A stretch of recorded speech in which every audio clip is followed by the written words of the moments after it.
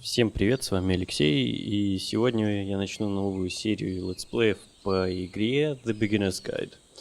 Игра полностью на английском, единственное, что там, по сути дела, на русском, это субтитры и меню. Так что субтитры я включил.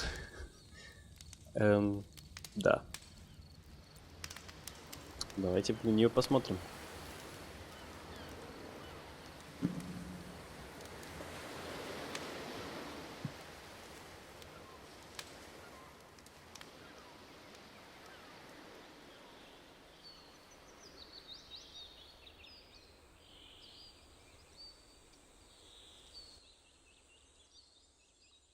Hi there.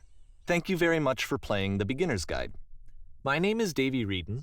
I wrote the Stanley Parable, and while that game tells a pretty absurd story, today I'm going to tell you about a series of events that happened between 2008 and 2011. We're going to look at the games made by a friend of mine named Coda. Now, these games mean a lot to me. I met Coda in early 2009 at a time when I was really struggling with some personal stuff, and his work pointed me in a very powerful direction. I found it to be a good reference point for the kinds of creative works that I wanted to make. So just to start you off, this is, I think, the first game he ever made. It's a level for Counter-Strike. You can walk around here, by the way. And mostly it's just Coda learning the basics of building a 3D environment. But what I like is that even though he starts from the simple aesthetic of a desert town, he then scatters these colorful abstract blobs and impossible floating crates around the level. And of course, it destroys the illusion that this actually is a desert town, and instead this level becomes a kind of calling card from its creator. It's like a reminder that this video game was constructed by a real person. And it kind of makes you wonder, what was going through his head as he was building this? This is what I like about all of Coda's games. I mean, not that they're all fascinating as games, but that they are all going to give us access to their creator. I want us to see past the games themselves. I want to get to know who this human being really is. And that's exactly what we're going to do here.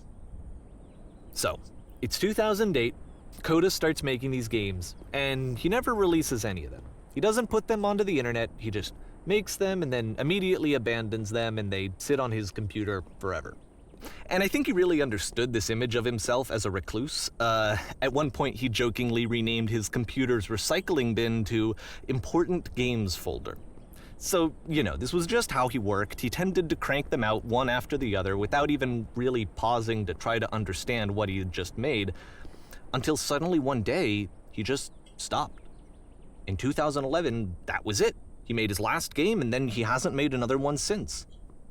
And that's why I've taken this opportunity to gather all of his work together, is because I find his games powerful and interesting, and I'd like this collection to reach him, to maybe encourage him to start creating again. And if the people like you who play this also happen to find his work interesting, then I'm sure it'll just send that much stronger of a message of encouragement to Coda. So thanks for joining me on this. If you have a particular interpretation that I haven't mentioned here, or if you just need to get in touch, you can email me at daveywreden@gmail.com. Okay, that's about it for introduction. Let's take a look at Coda's first proper game. As each game is loading, I'll show you the date that it was completed. This first one was made in November 2008. Болтает вообще без остановки. Так, работает машина шепота. Срочная эвакуация.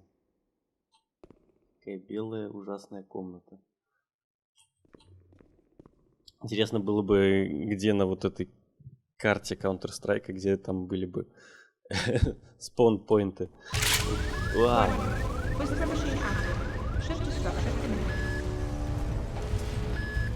This game is called Escape from Whisper, and it's one of the more generic games you'll see from Coda.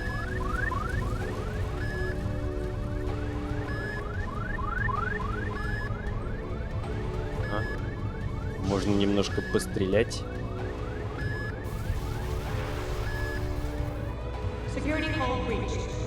Звука, правда, нет. Здесь закрыто. It kinda looks like this game was abandoned mid-development. For instance, you have this gun, which you'd think would indicate that there are supposed to be monsters or enemies somewhere, but then clearly there are no enemies anywhere. You can't even reload the gun when you run out of bullets. But ultimately we don't really know. Maybe Coda thought that actually it was complete the way that it is.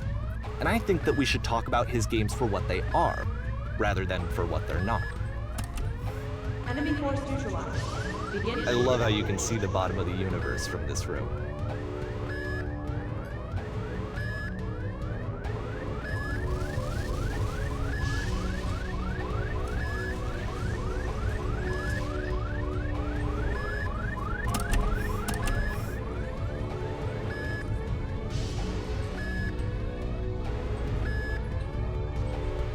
Apparently, this space station has a labyrinth on it.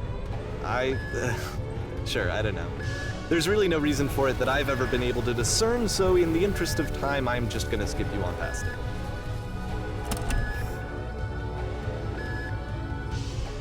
Okay, this is the part that's interesting.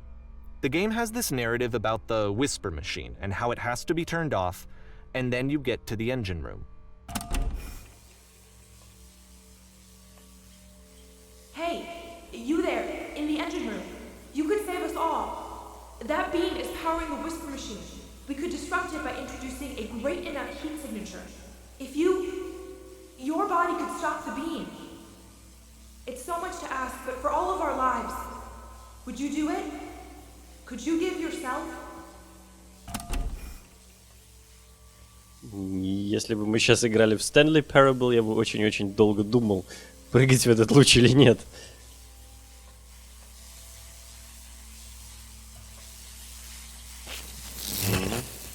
Let me pause here for a second. What you just experienced, stepping into the beam and then dying, is probably what Coda had initially intended when he was developing this level. But when he first compiles and plays it, something goes wrong. There's a bug somewhere. And this is what happens instead. Прыгнем еще раз.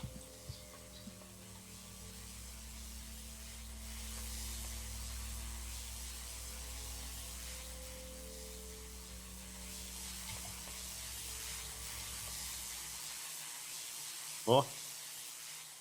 Вознесение.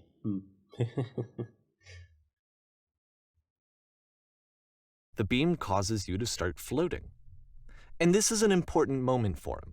Because yes, this is technically a glitch, but Coda identifies something human about it, like how small it makes you feel in the face of this larger chaotic system. Or this floating could be the afterlife, a peaceful place, juxtaposed against all of the hysteria that you've just had to traverse. I don't even know. I have no idea what he was thinking, but what's clear is that after making this, something lodges itself in his brain. He wants to do more of these really weird and experimental designs.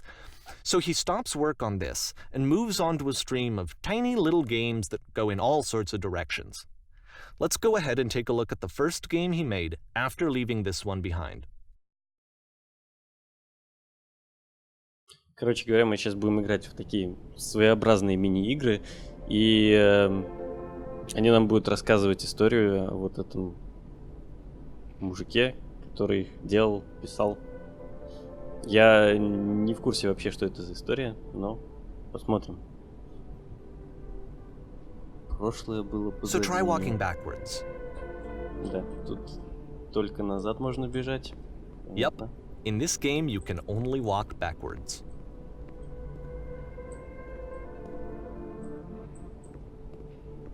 Я буду маленьким крабиком.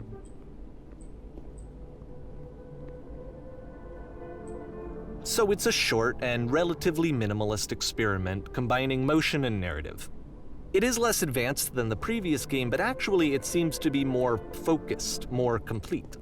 Code is trying to give it a unique voice rather than simply basing it on a pre-existing trope.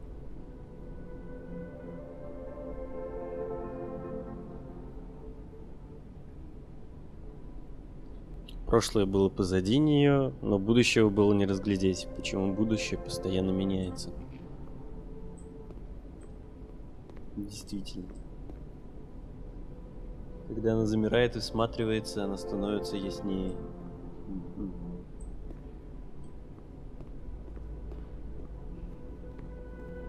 если будущее всегда позади, как она находит в себе силы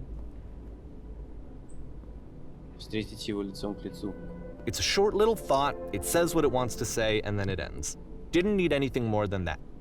Which to me is why it works, because it gets out quick. Okay, next one.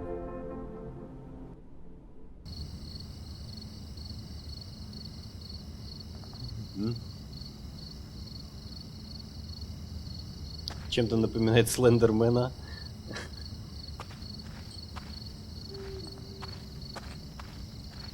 Сейчас такой выпрыгнет.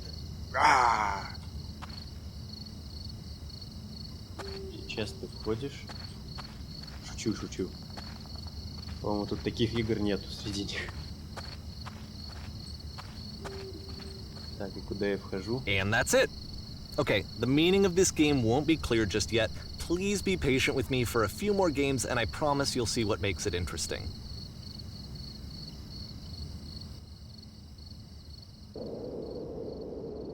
Oftentimes, Coda would put bizarre titles like this one at the start of his games.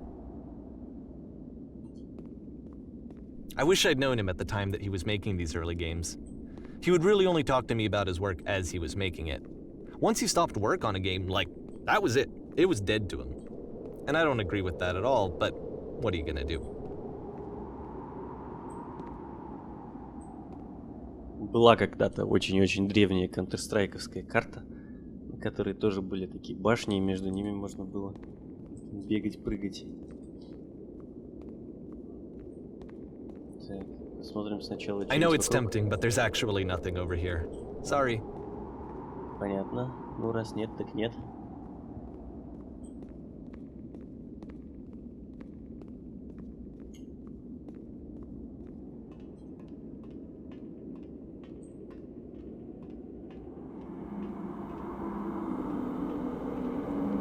Как оно все замедляется. Once you've been slowed to an absolute crawl, the door at the top of the stairs opens. So why, if Coda's not showing these games to anyone, why bother opening the door at all? Well, to show you, I'm modifying the game here so that when you press enter, it'll bring you back up to full speed so you can enter the door for yourself. Может, я просто доползу? Шучу.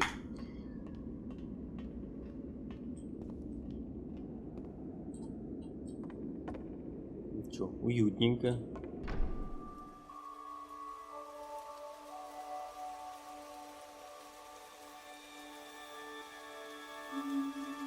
Куча мыслей для разных смешных видеоигр. A room that's warm and nice and filled with little ideas for games.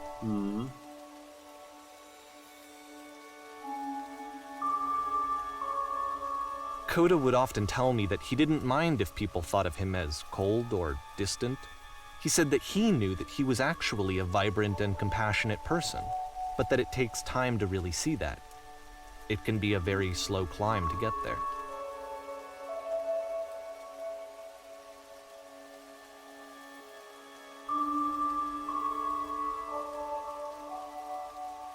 Блин, я не успел дочитать все.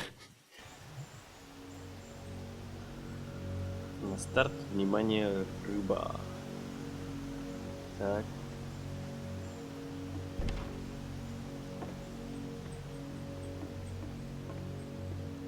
Пока что... Да, немножко напоминает холл в Матрице.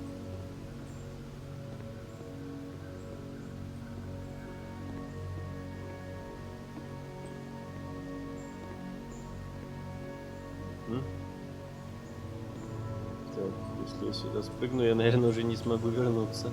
Well, this is new for Coda. It's an actual puzzle. Go ahead and see if you can solve it.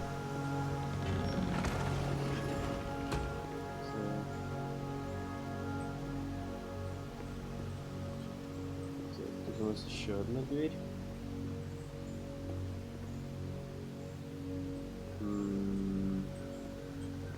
Давайте попробуем. Так.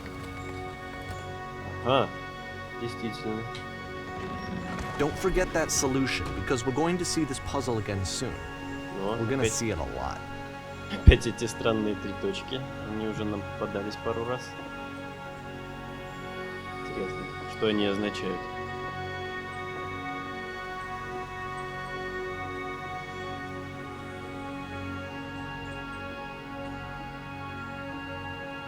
Музычка такая расслабляющая. So that seems to be it, right? You walk down a corridor, you solve the puzzle, you get to the end. Simple enough. Alright, now I'm going to modify the game again so that when you press enter, it'll remove all of the walls from this room.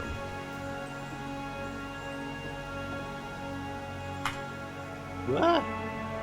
Что за нах...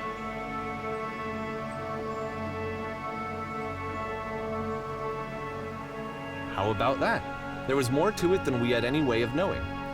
I actually find it funny that this game comes after the stairs game since they essentially convey the opposite idea.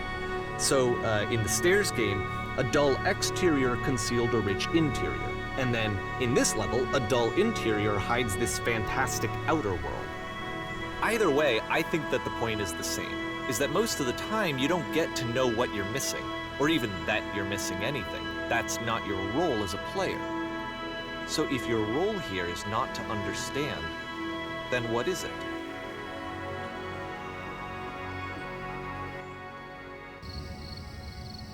Так, снова улица.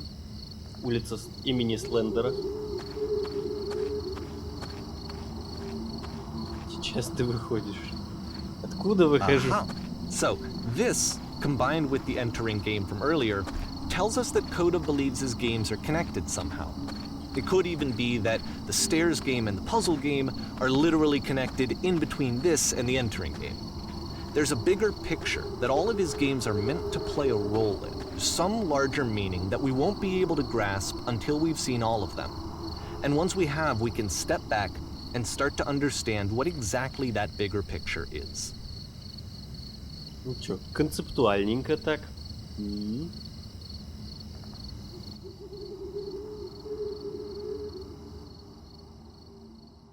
Большое и прекрасное нисхождение. Так, тут у нас холмик. Тут домик. Прикольный домик. Let's talk about video game development for a second. Every video game runs on what's called an engine, which determines what the game can and cannot do. So in other words, the engine is a set of tools for game development. To make all of these games, Coda is using an engine called Source.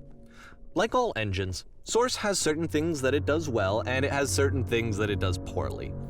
One of the things that it does very well is boxy linear corridors. That's why so many of Coda's games are set in these large, flat, empty rooms, is just because he's working with what the engine does well. Это ресторан, кстати. The tools available to the creator shape what kinds of creative work they're going to end up making. You might consider paying attention to the architecture in Coda's games to notice how they seem to stem from an engine that's very good at producing linear, boxy corridors.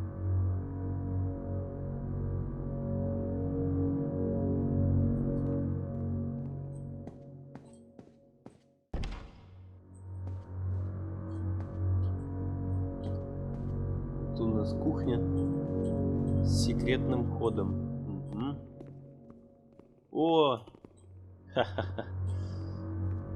Есть бесплатная игрушка, называется Warsaw. У нее есть очень похожие уровни. Прыгалка-стрелялка такая.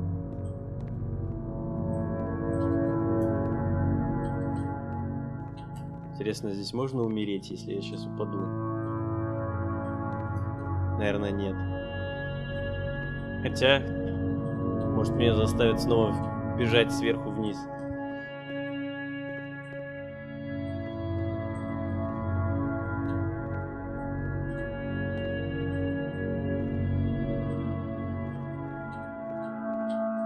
Нет, нет, нет. Во.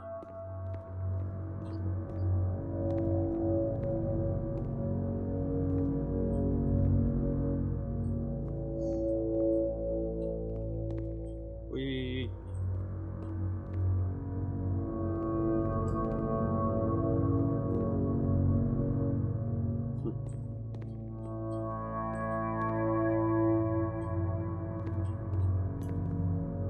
Нет! Нет, нет. А, блин. Надо было прыгать вниз сразу вообще.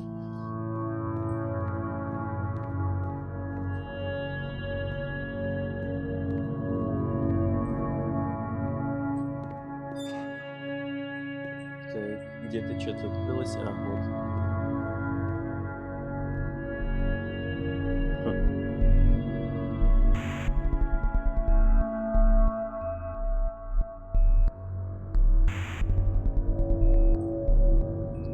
Интересная 8-битная музыка такая пошла.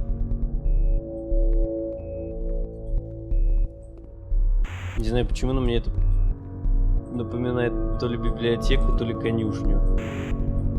Такие ячейки отдельные. Так, я просто иду вперед. Наверное, да. Нет. Блин, я не хотел сюда. Пустите меня обратно. Так. О.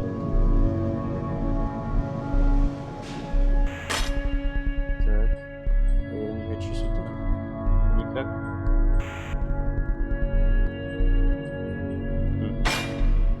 This prison, funny enough, in Coda's original design, the doors stayed shut for a full hour before letting you go. If you don't mind, I think we're gonna skip that. Не, действительно, час это был This is сейчас something that he перебор. and I used to argue about a lot. You know, whether a game ought to actually be playable, whether it means anything if no one can get through it. And I would always defend that, you know, all this work goes into the game, why not make it playable and accessible? And so we just got into heated arguments over it, and there was one time that after one of these conversations, he went home, and a day or two later, he sent me a zip file entitled Playable Games that was full of hundreds of individual games, each of which was just an empty box that you walked around in and nothing else. Believe me, I played every single one of those just to find out if there was like a gag hidden somewhere. There wasn't.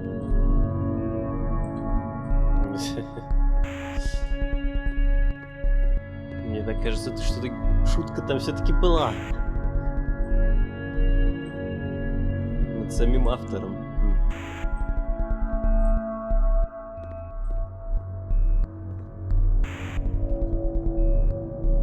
Такое, не знаю, место. То ли... Да, оно красивое, оно стильное, но оно какое-то неприятное. Вот 3 точечки.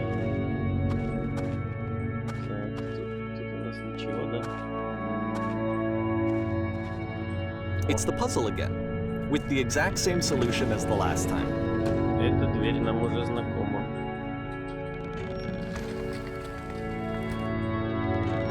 There's still no clear indication of what makes this puzzle so special that Coda is going to return to it over and over.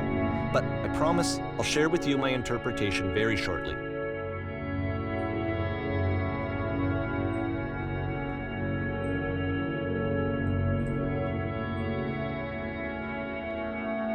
Что-то очень-очень громкая музыка стала.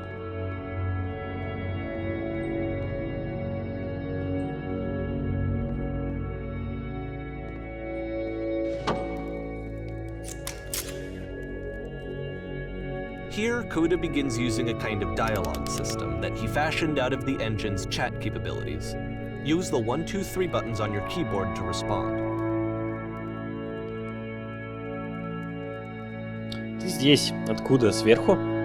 И что там наверху? У меня есть 3 выбора.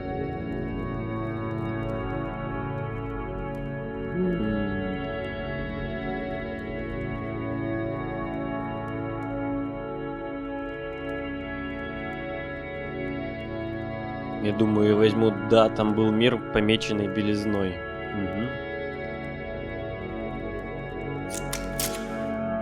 О, да, это верхний мир. Ты была там. А, значит, я девушка, понятно. Важный вопрос. Ты решала головоломку с 2 дверьми? Ты решала головоломку с 2 дверьми и рычагами?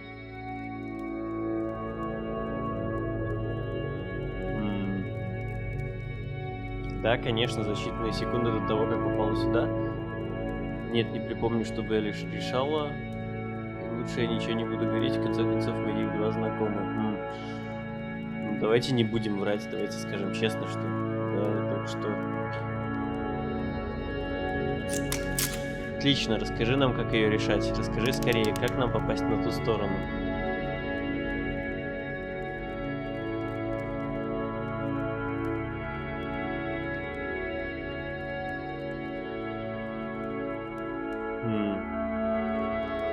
Номер 3 мне не нравится, потому что я не хочу решать, идти им туда или нет. Номер 2 это... Меня никто не впускал, я это сам решил. Ну и номер 1 тоже не очень подходит. Ну давайте скажем, что я не могу вспомнить.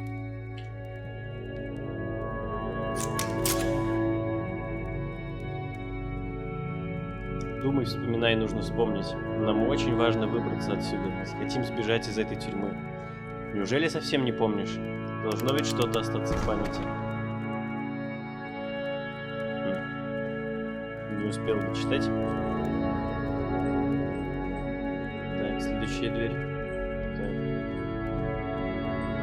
Так. Понятно. Эй, как ты попала сюда? Там была головоломка? Да, была. Нет, вообще говоря, вообще говоря, нам куда интереснее темное пространство между дверьми. Ты его видела? Я видел.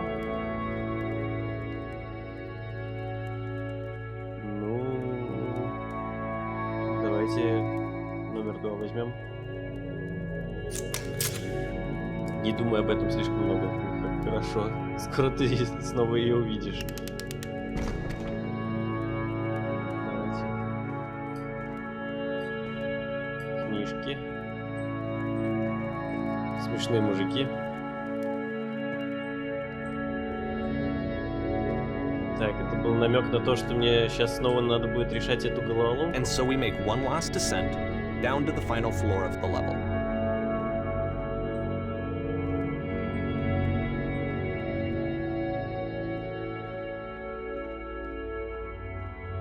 Можно музычку потише?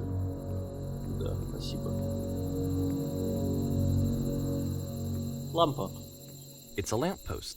Я заметил. Okay, I can't tell you quite why, but for some reason, Coda fixates on this lamppost.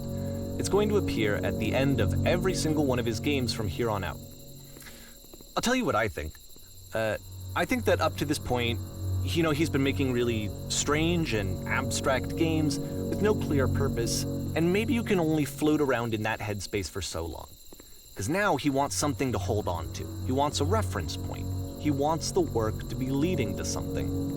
He wants a destination, which is what this lamppost is. It's a destination.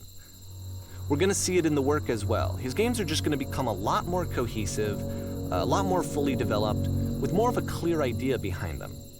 And as we go, that idea will get clearer and clearer and clearer.